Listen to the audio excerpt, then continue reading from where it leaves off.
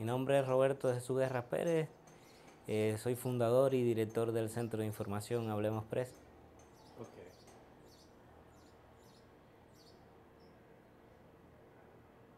Ok, perfecto. Bueno, muchas gracias por tomar el tiempo de hablar conmigo. Am, para empezar, ya empezamos ahora para la gente que va a ver esto, que no te conoce. ¿Puedes presentarte otra vez? Sí, mi nombre es Roberto Jesús Guerra Pérez, soy fundador y director del Centro de Información Hablemos Press, una agencia de prensa que fue creada el 3 de febrero del 2009 por activistas de derechos humanos y periodistas independientes que no teníamos formación ninguna en el periodismo, pero teníamos intención de informar sobre lo que sucede en Cuba y que la prensa oficial no da a conocer. Y entonces, ¿cuántos años en total tienes en periodismo? En periodismo, comencé a hacer periodismo en el 2004, o sea, luego de la oleada de los 75, conocida por Primavera Negra, fue por el mes de julio, junio, casi por esta fecha en el año 2004, disculpa, en el 2003, Julio Machado, periodista de Radio Martí, que ya falleció, me hizo una entrevista para que yo hablara de Cinco Palmas, el lugar donde nací, un lugar histórico porque allí se realizó el reencuentro de Fidel y Raúl luego del desembarco del Yate Granma y que mi familia ayudara a ellos a reencontrarse en la sierra. Y luego de que Julio Machado me hiciera esta entrevista, a los pocos días me llamó y me dijo que veía en mí capacidad para hacer periodismo, para hacer talento para hacer periodismo, y le dije que no tenía ningún conocimiento del periodismo porque había abandonado mis estudios a noveno grado, no tenía buena redacción, no tenía buena ortografía, y él me dijo que me iba a dar algunas técnicas para hacer periodismo y que comenzara haciendo algunas notas que él me grabaría, o sea que lo que empecé a hacer fue radio. Y eso fue por el mes de julio, junio del 2003. Había mucho temor, nadie quería hacer periodismo porque habían acabado de encarcelar unos meses antes a 75 disidentes y los habían condenado entre 5 y 28 años de cárcel. Algunos por tener agencias de prensa, por tener bibliotecas, había muy pocas personas informando sobre Cuba. Yo realmente no conocía en aquel momento el peligro que esto era para mí porque nadie me había explicado. O sea, en ese mismo instante fue que yo comencé a conocer de la oposición. Yo no sabía que en Cuba había una oposición y no sabía el peligro que me estaba exponiendo en aquel entonces a comenzar a dar información.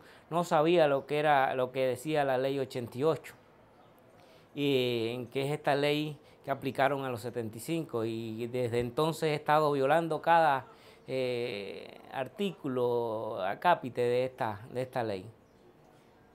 ¿Y no estás arrepentido después de ver la dificultad de trabajar como periodista independiente? No, no estoy arrepentido de eso, incluso he ido capacitando a personas, enseñando lo que yo he aprendido de libros, de algunos cursos de capacitación.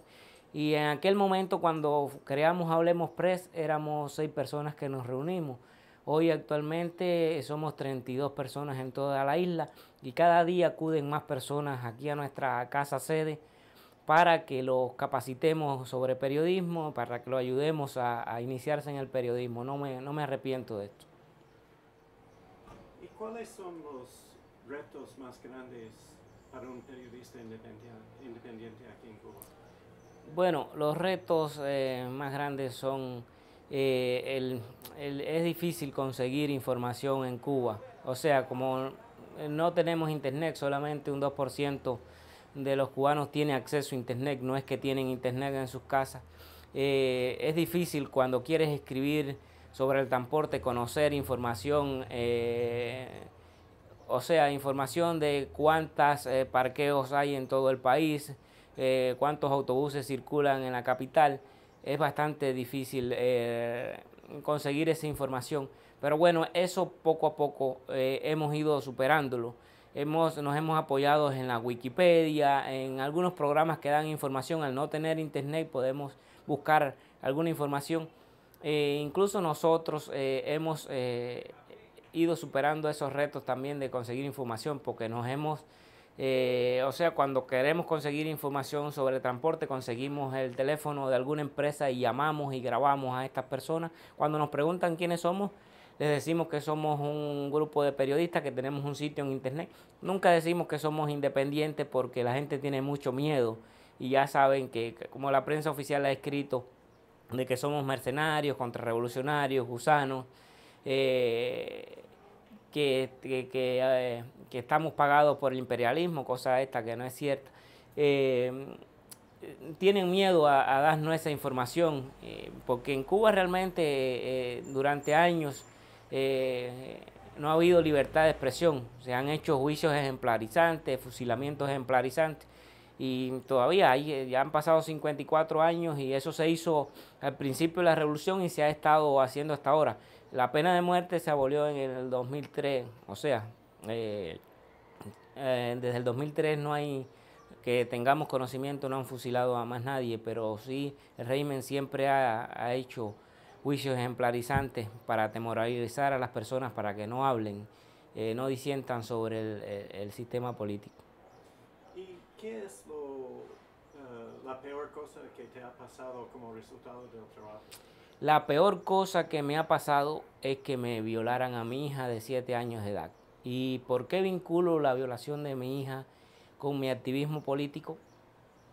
Es porque a quien abusó de mi hija lo han condenado a 5 años de cárcel, cuando se presentaron 11 testigos en el juicio, cuando se presentaron pruebas para que, no porque sea mi hija, pruebas para condenarlo por lo menos a 25 años. Y digo que vinculo esto con mi activismo político, porque he atendido cientos de casos de personas que han sido acusadas por los mismos delitos que acusaron a quien abusó de mi hija, y lo han condenado a 25 años de cárcel, a 30 años de cárcel, solamente porque una niña ha dicho que lo tocó.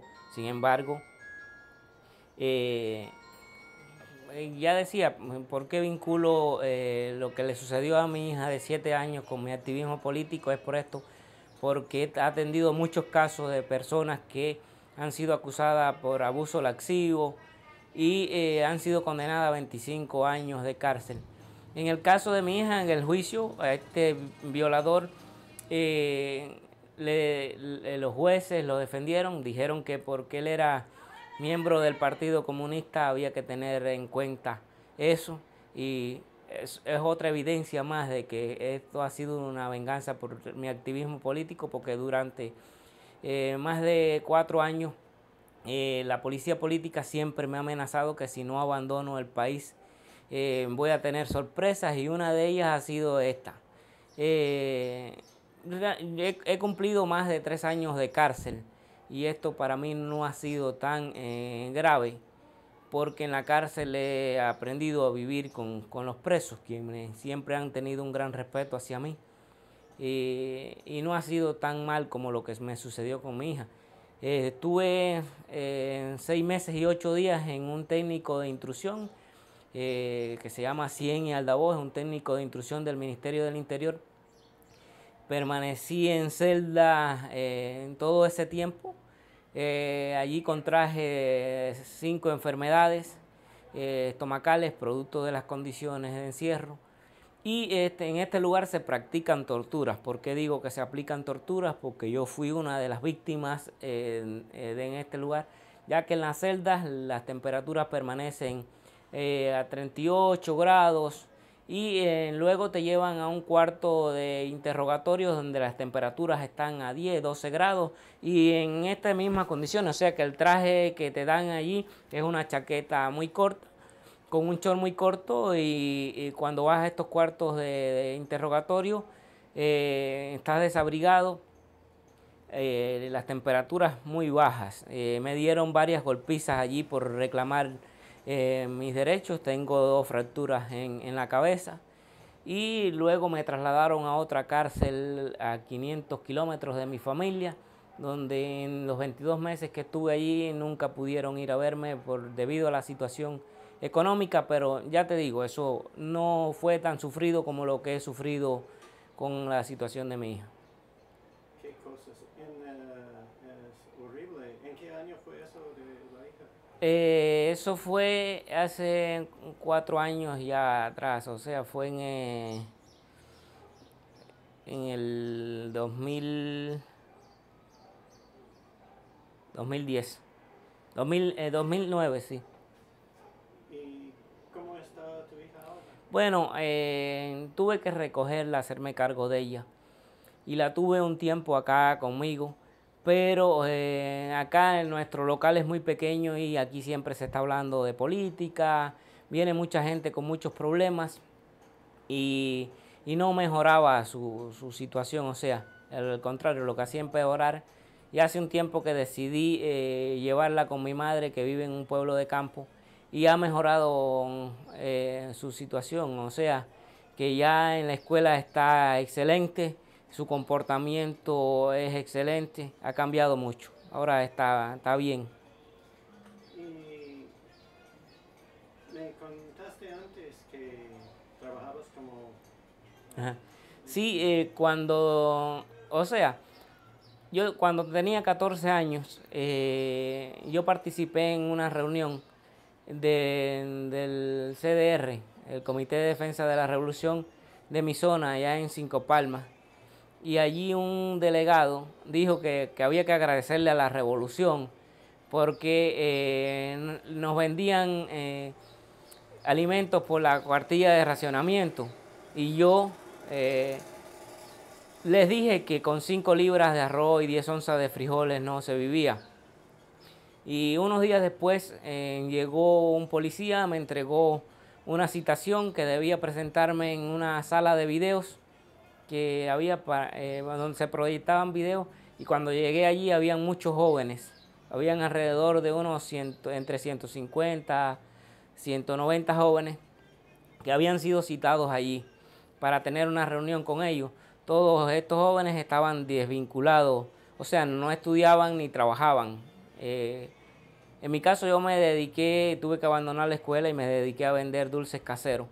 Bueno, para no hacer más largo la historia, luego que nos mandaron a entrar a esta sala de video, aparecieron unas personas con unas batas negras, yo no sabía lo que eran, eh, y empezaron a llamar por una lista y empezaron a sancionar a aquellos jóvenes.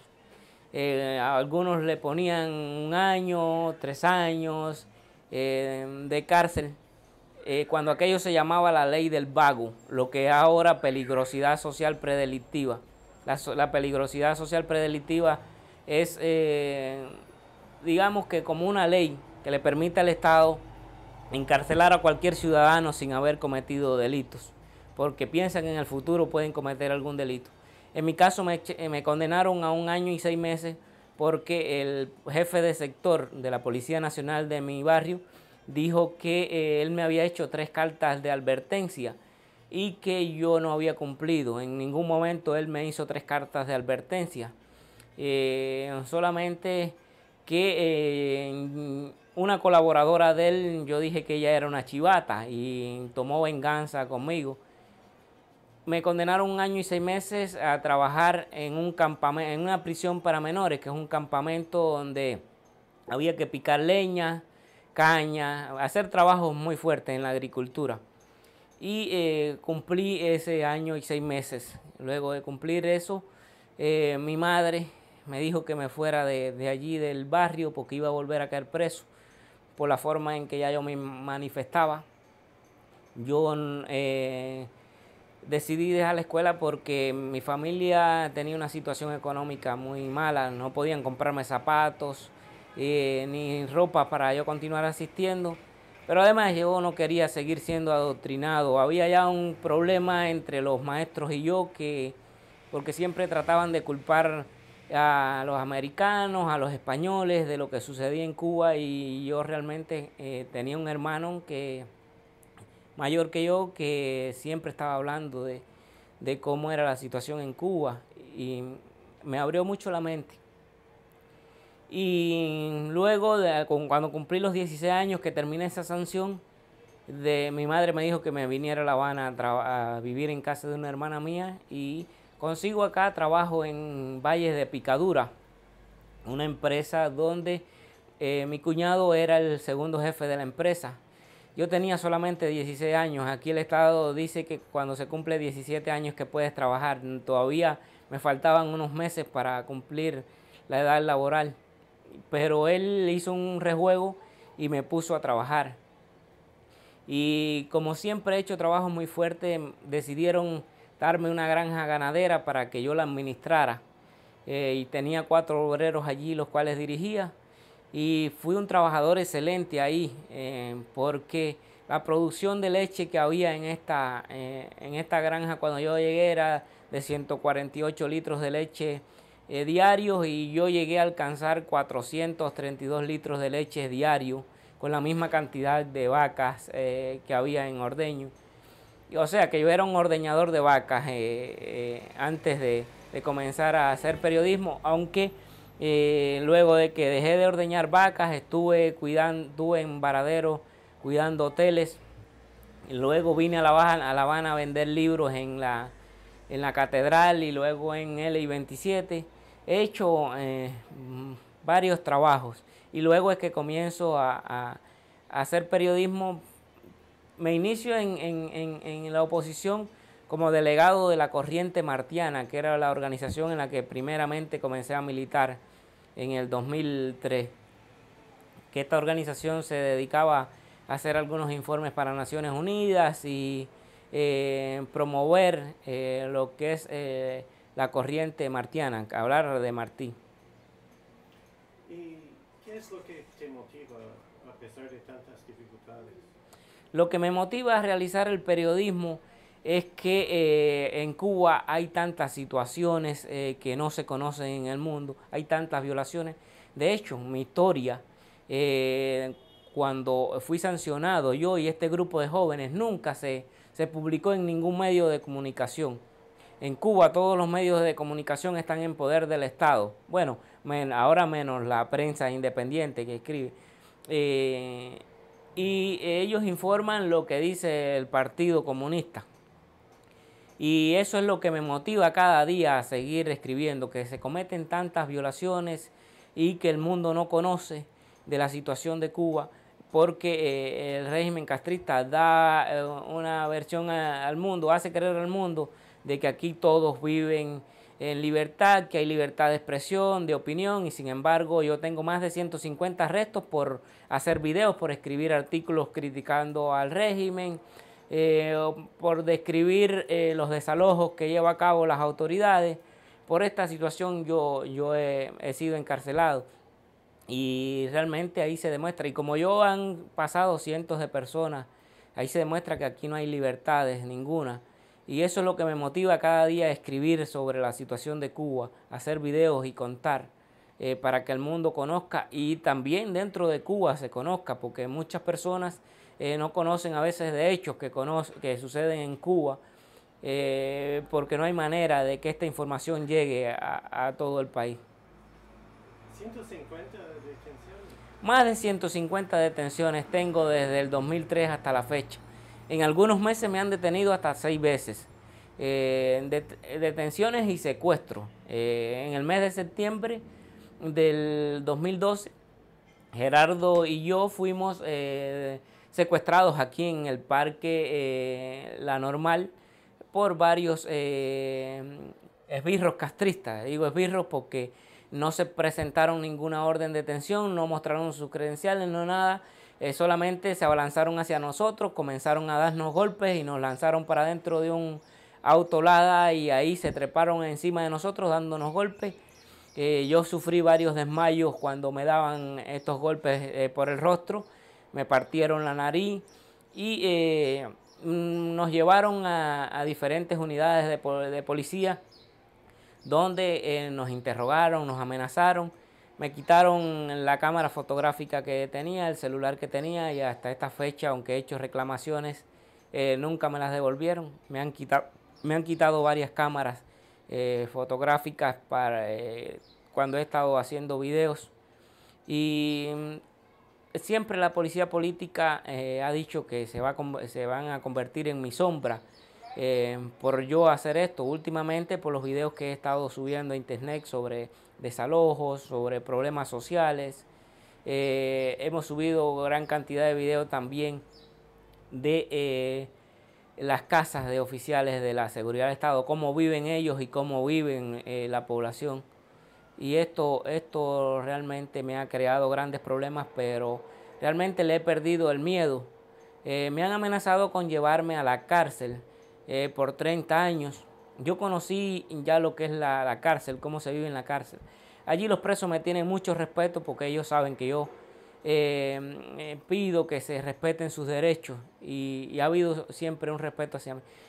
Pero ahora más que nunca estoy convencido de que la cárcel no es un problema para mí, porque hace unos meses el régimen, o sea, la prensa oficial, ha mostrado al mundo imágenes de cómo viven los presos en las cárceles cubanas. Han puesto unas cárceles que no son en las que yo viví.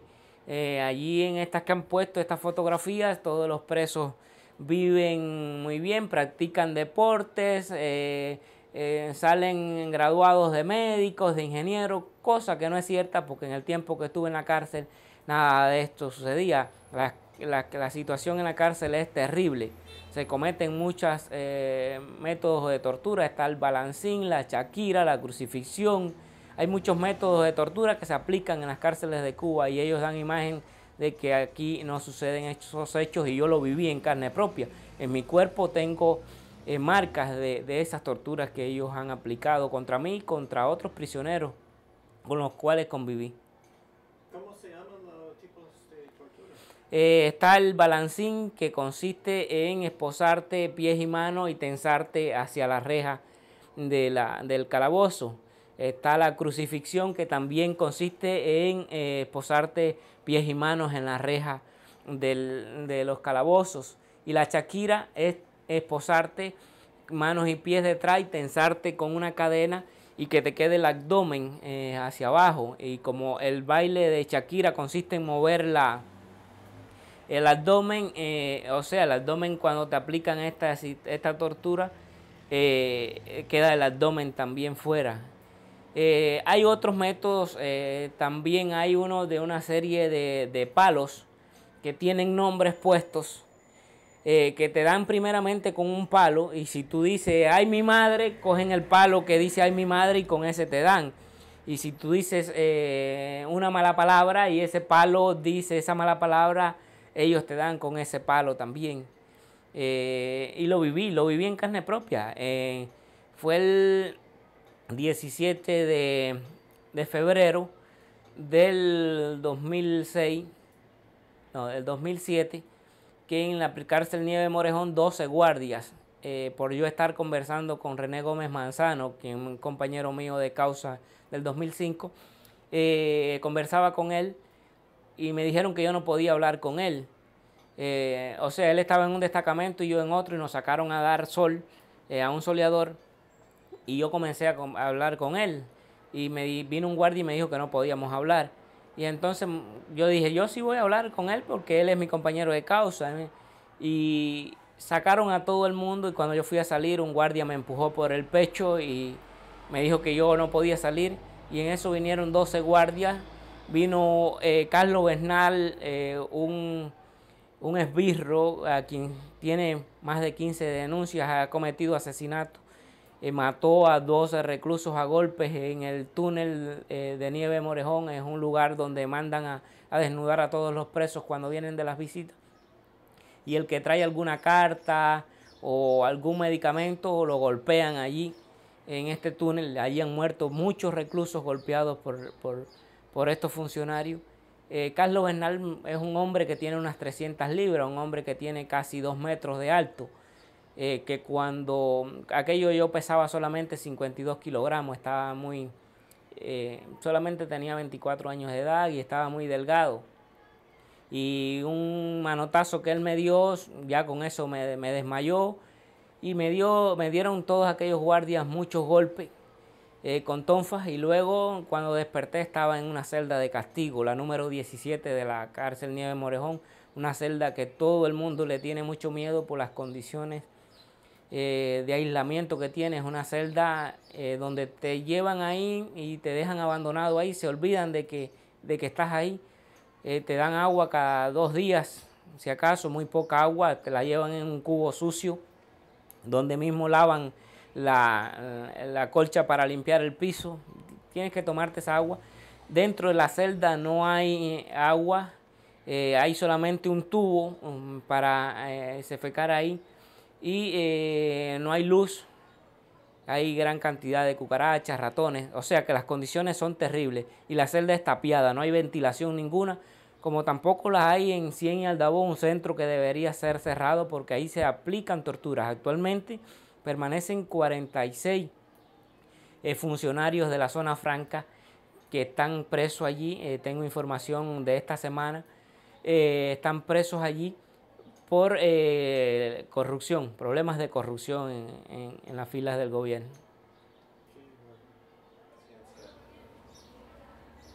Entonces, en cuanto a la política de Estados Unidos,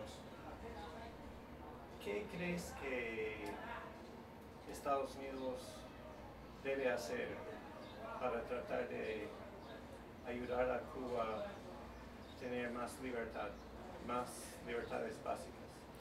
Bueno, primero que todo yo pienso que deben de organizaciones internacionales, o sea que muchas de estas tienen sede en Estados Unidos, deben de aplicar sanciones firmes al régimen castrista por violar los derechos humanos, porque ellos por su propia voluntad no van a cambiar. Y de hecho lo he estado viendo en esta semana. Miembros de las brigadas de respuesta rápida, son brigadas paramilitares que responden al régimen, han estado agrediendo opositores. O sea, hay 2 opositores que han recibido machetazos de miembros de esta brigada de respuesta rápida, y el régimen no hace nada. O sea que ellos son los que incitan sobre esto.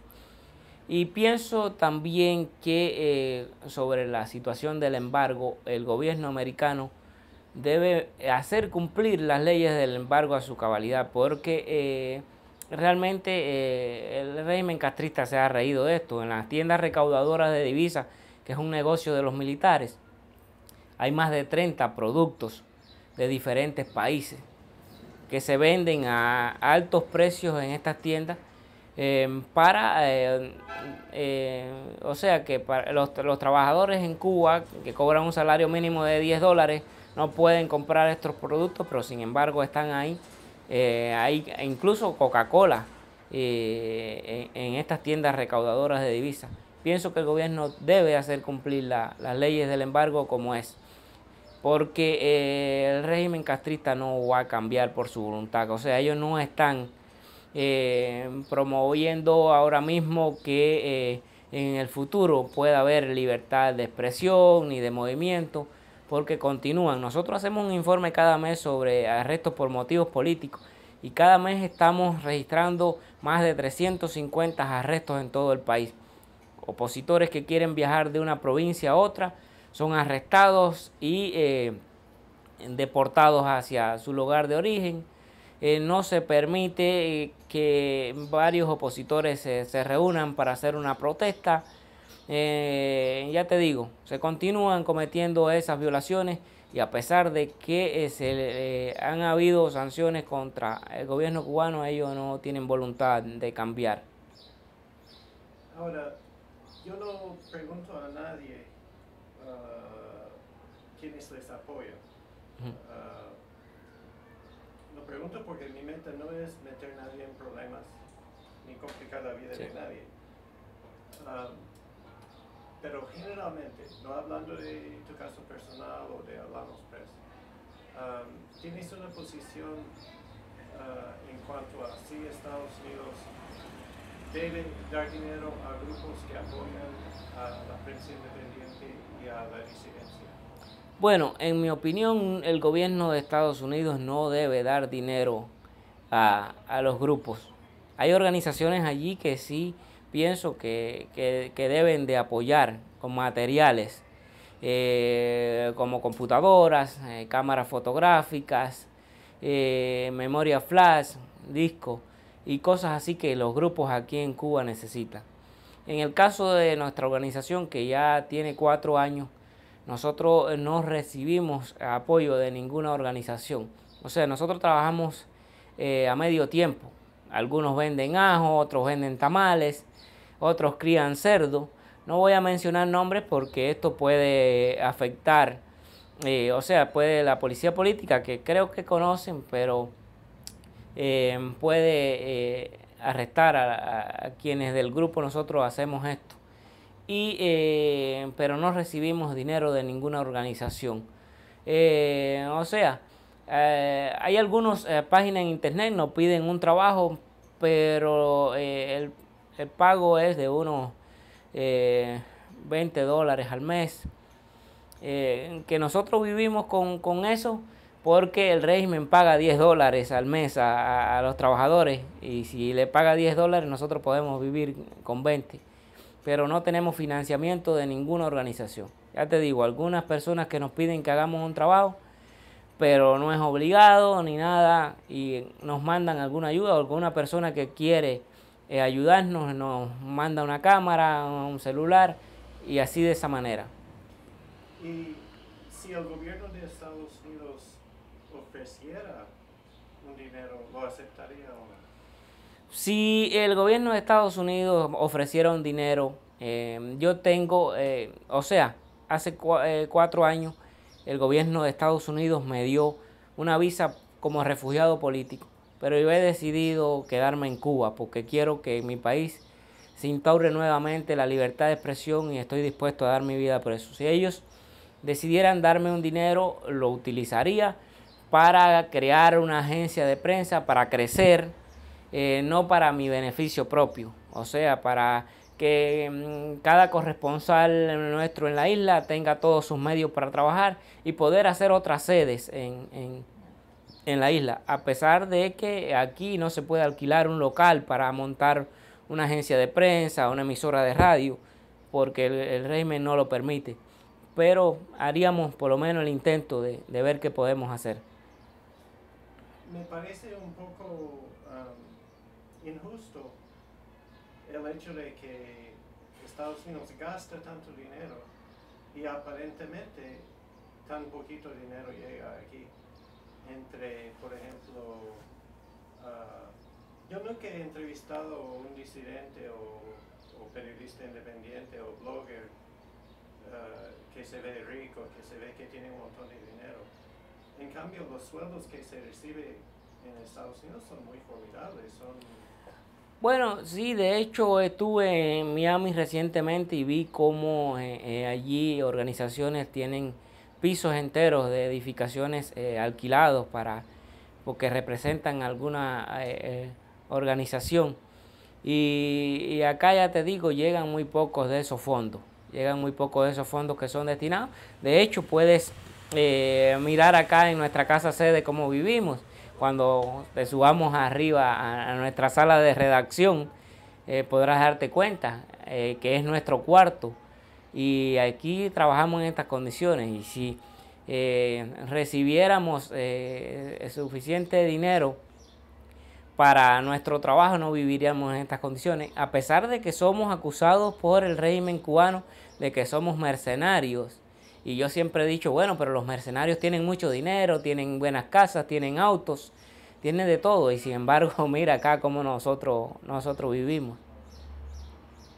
Agradezco a muchas organizaciones que nos han apoyado con una cámara, con una computadora, porque han visto el sacrificio de nuestro trabajo. Pero realmente aquí los fondos destinados llegan muy poco. Casi todos se quedan allí mismo en Estados Unidos. Pero, por ejemplo, si recibe dinero de una organización allá, es muy difícil saber de dónde viene ese dinero. Sí, es muy difícil. Es muy difícil cuando alguna organización envía dinero de allá. es muy difícil saber de dónde viene, quién lo manda, porque nunca viene con nombre de la persona que lo manda. Eso es muy difícil saber. Bueno, vamos arriba a ver. Sí.